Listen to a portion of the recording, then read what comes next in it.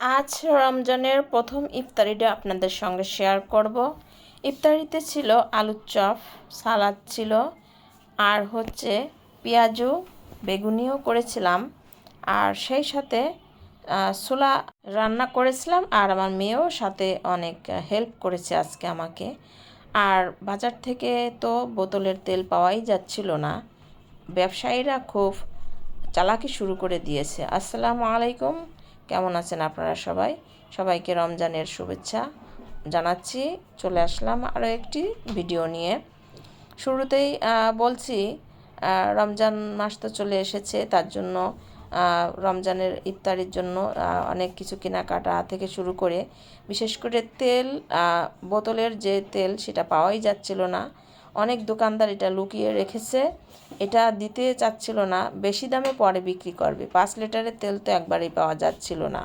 দোকানে গিয়ে কিনতে গেলে বলে বেশি দামে যদি নিতে চান তাহলে তেল নিতে পারেন, তা না হলে খোলা তেল ব্যবহার করতে হবে, এছাড়া কোনো উপায় নেই। তো খোলা তেল তো একবারেই খাই না। তো অনেক ঘোরাঘুরির পরে তারপরে 8 লিটারের সয়াবিন তেল কিনে নিয়ে আসলো। সয়াবিন তেল ছাড়া তো আসলে ইফতারি রান্না হবে না, আর বিশেষ করে ভাজাভুজি তো একটু সয়াবিন তেল লাগবে। তো আমি আলুর চপ আর আলু ম্যাশ করে নিচ্ছে আমার মেয়ে, সে খুব সাহায্য করছে আমাকে আজকে। আর বেসন তো আলাদাভাবে একটু গুলিয়েও রেখে দিচ্ছি। আর তারপর হচ্ছে ছোলাটা আমি আগে থেকেই রান্না করে নিয়েছি, সিদ্ধ আগে থেকেই করা ছিল। আর সিম্পলভাবে কাঁচামরিচ, পেঁয়াজ আর ধনিয়া পাতা দিয়ে ছোলাটা রান্না করে নিয়েছি, আর বেসনটা সুন্দর করে গুলিয়ে রেখে দিলাম। এই তো আলুর চপগুলো আমার মেয়ে বল পাকাইয়ে সুন্দর করে দিয়ে দিল, আমি এটা রেখে দিলাম। তারপর তো এক এক করে বেসন গুলিয়ে রাখলাম। আর এদিক দিয়ে এবার পেঁয়াজের জন্য আমি ডাল ভিজিয়ে রেখেছিলাম, ডালটা আমি বেটে নিব। আর এটা আধা ভাঙ্গা করে বেটে নিব যাতে মচমচে হয় পেঁয়াজটা। বেশি ফিনিশিং করা যাবে না, পেঁয়াজও যদি আসল স্বাদ মজা পেতে হয়। তো সব কিছু রেডি করা হয়ে গিয়েছে, আর ইফতারের কিছুক্ষণ আগে আমি এগুলো সব ভেজে নিব। লোহার কড়াই বসিয়ে দিয়েছি, কালো কুচকুচে কড়াইতে আমি ভাজা করি।